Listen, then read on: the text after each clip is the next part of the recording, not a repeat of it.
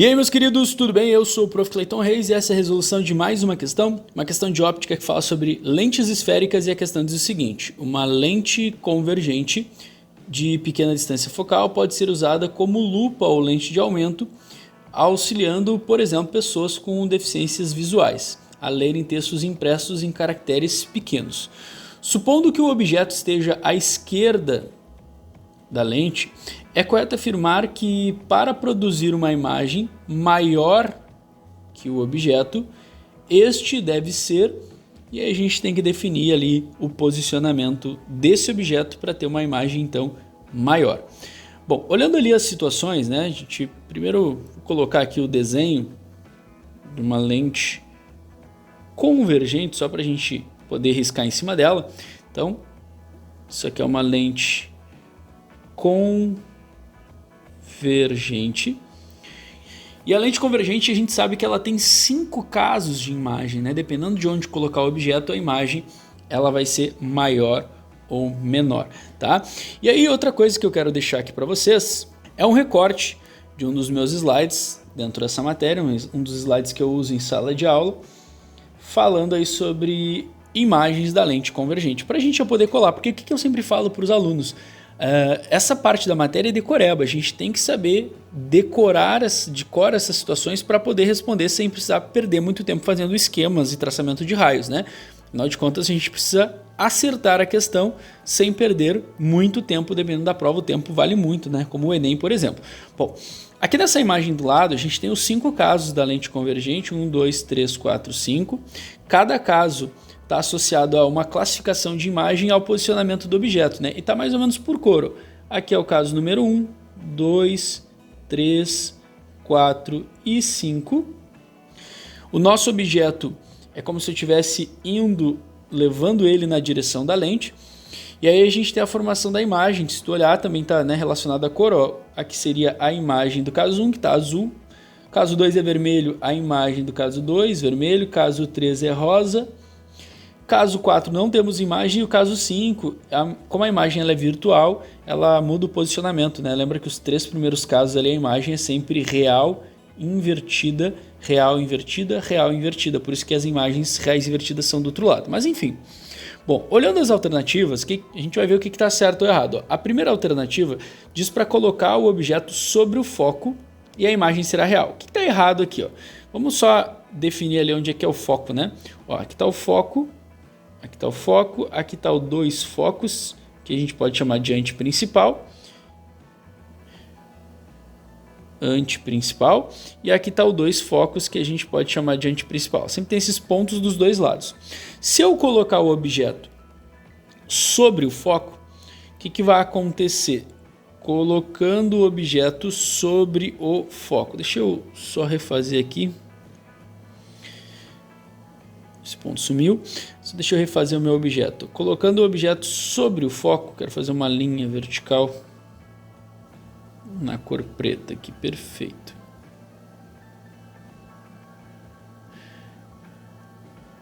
Aqui. Colocando o objeto sobre o foco, o que a gente sabe? Esse seria o quarto caso, que seria esse caso aqui, ó.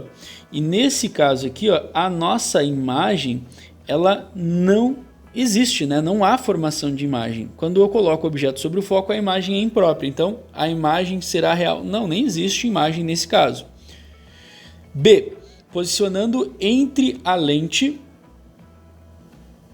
e o foco, a imagem será real. Então, se eu botar o objeto entre a lente e o foco, ou seja, se eu botar o objeto aqui, a imagem vai ser real. O que está errado nessa situação? Colocando entre a lente e o foco, a imagem realmente vai ser maior, mas ela não vai ser real. Isso aqui que está errado nessa afirmação. Então a gente anula ela por causa daquele finalzinho ali. Só como assim, ó?